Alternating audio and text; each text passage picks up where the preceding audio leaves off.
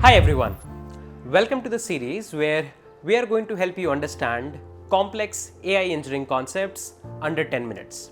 In this series, we will try to break down complex AI engineering terminologies and concepts in simple understandable manner so that you can correlate them with your regular software engineering concepts and even try to apply and do some small prototyping. This series is actually going to help you to start in AI engineering concept from absolute beginner level. Also, if you want to understand the concepts around AI engineering in more in depth, then you can also check out the course by Algocamp, where we are going to actually go much more deeper in every single concept and make a lot of interesting projects. So, in this particular series, we are going to touch base upon a lot of interesting AI engineering concepts. So, without any further ado, let's just start. So, in this particular video, we will be talking about RAGs. RAG stands for Retrieval-Augmented Generation. We'll try to understand what is RAG in as simple manner as possible. So, always consider one thing in mind that any LLM that you use, be it ChatGPT, be it Claude, it has a final cutoff date, right? It is the date post which it doesn't know about any data, because that cutoff date is the date uh, up till which the full training has been done. That means all of the data that has been fed to the GPT, or let's say Claude model, or whatever LLM you are using, up till that particular date only the data has been given. Beyond that, what has happened, or let's say any proprietary information of a particular company, right, that is not open source, which is a closed source information, all of those details your AI doesn't know, right? So for the latest piece of information, for example, if you will ask an LLM that who won the FIFA World Cup like last week, so it will not be having probably the information about it if the cutoff date is before that, right? So it will be having outdated information. It will not be having any private information. And if you will try to ask questions around that, it will try to hallucinate as well. Now, normal AI, whenever you are going to actually query an LLM, it is going to answer based on its memory, right? Think about RAG as if, apart from that memory, you are providing some extra piece of books to your LLM, right? So think about it like it's a normal examination where whatever you have learned, you will be able to answer according to that. But any surprise questions, any new chapters, any new syllabus comes up, then you are technically blank. But with RAG, what happens is it's more like an open book exam, that apart from whatever knowledge you have a certain set of books available to you that you can open anytime, search for the references in the book, and find your corresponding answers, right?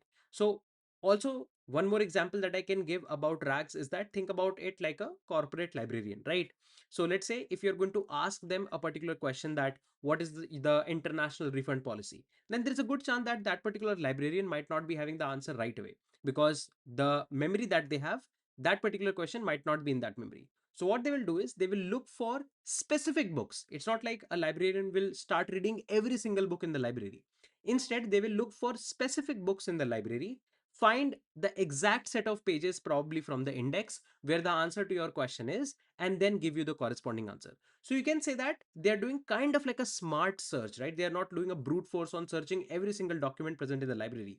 They're going to a very specific book, to very specific set of pages, and then finding your answer. This reduces the amount of time that is going to be taken in order to find the relevant answer.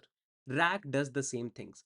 RAG finds the relevant piece of information on top of the new knowledge that you are providing to LLM, right? And from that relevant piece of information, it tries to find the correct answer. So what RAG actually does? So RAG actually is of three-step process. First is the retrieval. So you find the relevant information for the user's query, right?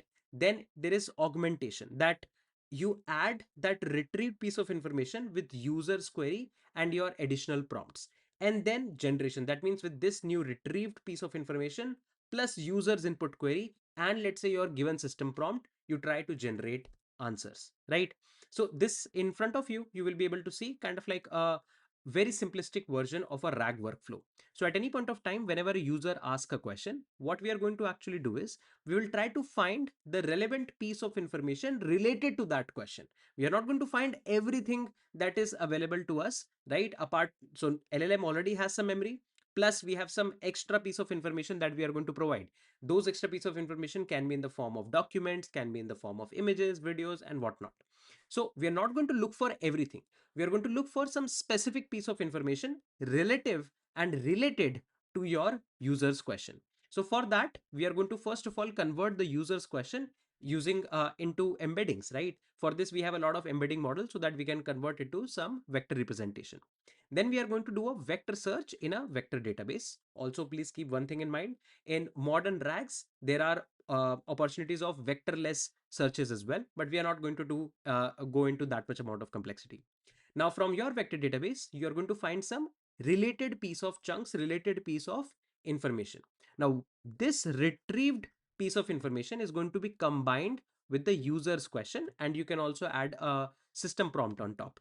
With this retrieved context plus the user's question, you are going to provide this piece of information to your LLM. And now LLM, apart from its memory, it has the user's question, related information to the user's question, and then it can form the corresponding final answer.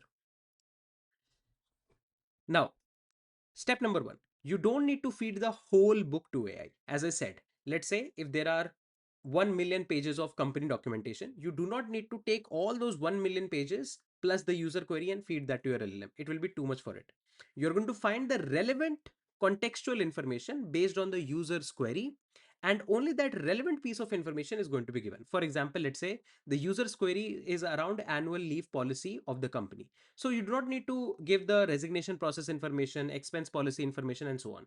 You will just provide the context around the annual leave policy. And let's say if the user is asking how many sick leaves I have. So this question plus the annual leave policy information is going to be feeded into an LLM, and then LLM can generate your answers, right?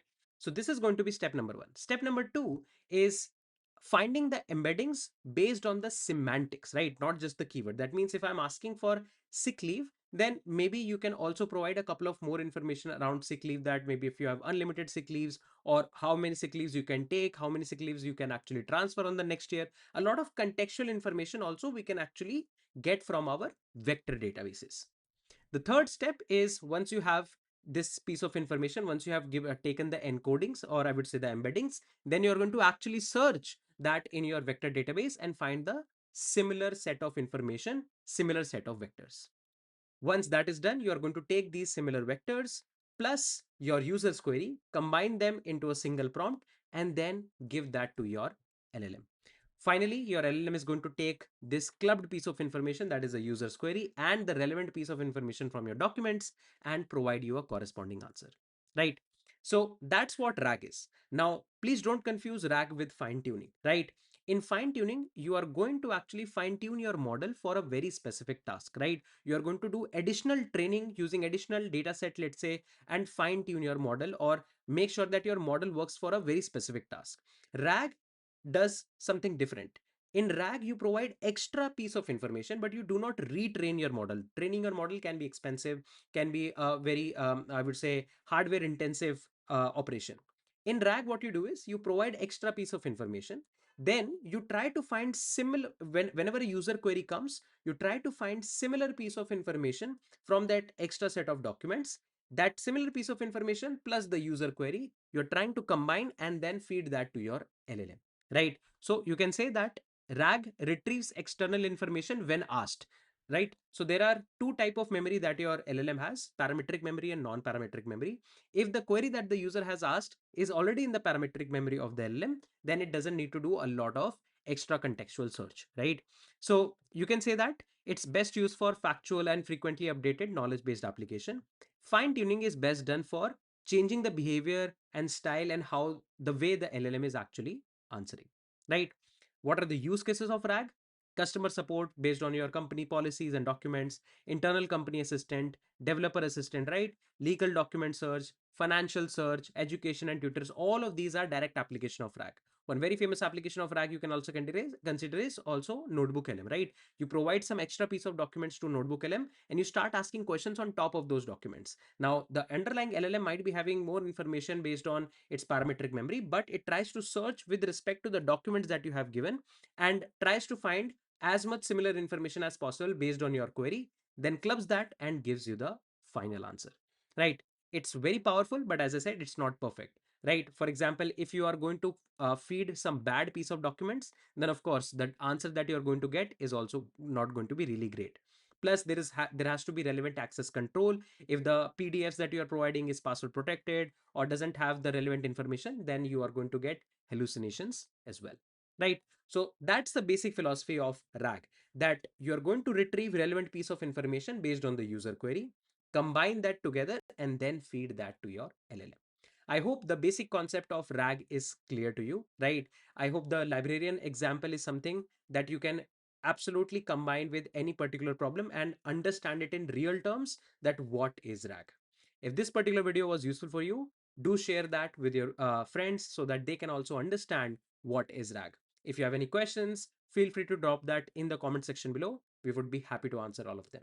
That being said, let's wrap this particular video. We are going to meet soon in the next set of videos. Till then, take care. Bye bye. I'm Sanket Singh, signing off.